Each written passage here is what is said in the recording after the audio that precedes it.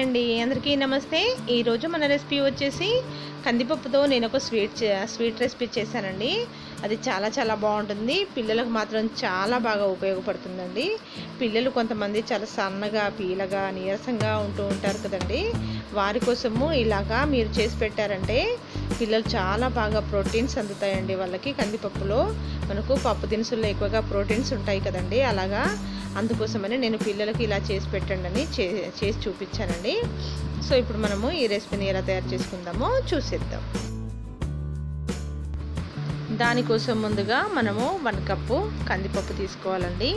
దీన్ని చక్కగా వాటర్లో వాష్ చేసుకున్న తర్వాత మనము ఇలాగా శుభ్రంగా కడిగేసి కుక్కర్లో వేసుకొని 4 విజిల్స్ వచ్చేంత వరకు మనము ఉడికించుకోవాలి.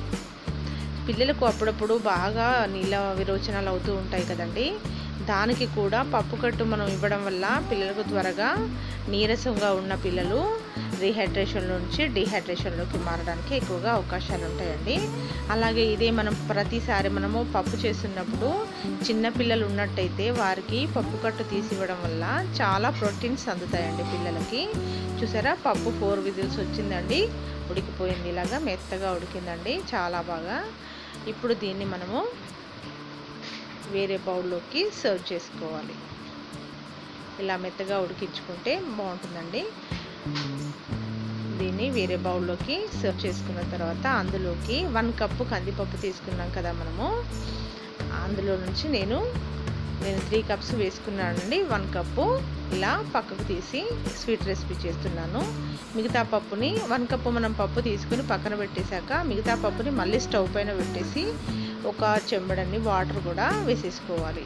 4 గ్లాసెస్ వాటర్ వేసి దాన్ని అలాగా ఉడికించుకోవాలండి. ఆ లోపల మనము 1 కప్పు బెల్లంని బాగా తురుముకోవాలి. 1 కప్పు మనము ఉడికించిన కందిపప్పుకి 1 కప్పు బెల్లాన్ని కూడా ఇందులో యాడ్ చేసుకోవాలి. అలా వేడిగా ఉన్న పప్పులోకి మనము బెల్లం తురుము ఇలా వేసామంటే బాగా వేడికి అంతా కరిగిపోయి పప్పు చాలా బాగా మెత్తగా అవుతుందండి.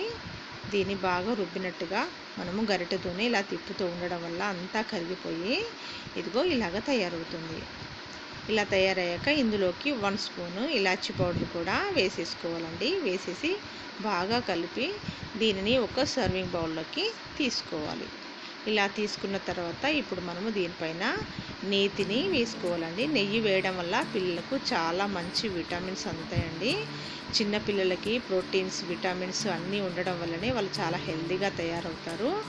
లేదంటే పోషకాహార లోపం వల్ల పిల్లలు చాలా నీరసంగా పీలగా సన్నగా ఉండిపోతారండి.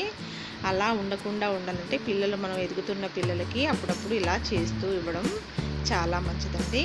ఇంకా అంతేకాకుండా పిల్లలకి నీళ్ళ విరేచనాలు అయినప్పుడు కూడా ఇలా పప్పుని ఉడకబెట్టేసి దానిపైన తేట నీరు ఉంటుంది కదా పైన, అలా పేరుకున్న ఇలాంటి వాటర్ని తీసి మనము పిల్లలకి ఒక బౌల్లోకి వేసి అందులో కాస్త సాల్ట్ వేసి ఇవ్వడం వల్ల పిల్లలు నీరసంగా ఉండకుండా చాలా బాగా ఉంటుందండి.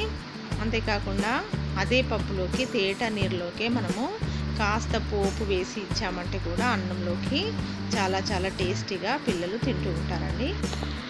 అసలు కందిపప్పు అంటే చిన్నపిల్లలు ఇష్టపడని వాళ్ళు అసలు ఎవ్వరు ఉండరండి. చాలా టేస్టీగా కడుపు నిండుగా భోజనం చేసేస్తారు కదా ఫ్రెండ్స్. అయితే ఇప్పుడు మనము ఒక కందిపప్పు వల్ల పిల్లలకి ఎంత మంచి ప్రోటీన్స్ విటమిన్స్ అందుతాయో తెలుసుకున్నారు కదా. సో ఈ రెసిపీ కనుక మీకు నచ్చినట్లయితే తప్పకుండా మీ ఫ్రెండ్స్కి రిలేటివ్స్కి అందరికీ షేర్ చేయండి ఫ్రెండ్స్. అంతేకాకుండా మొదటిసారిగా చూస్తున్న వారైతే తప్పకుండా సబ్స్క్రైబ్ చేసుకోండి. Thanks for watching.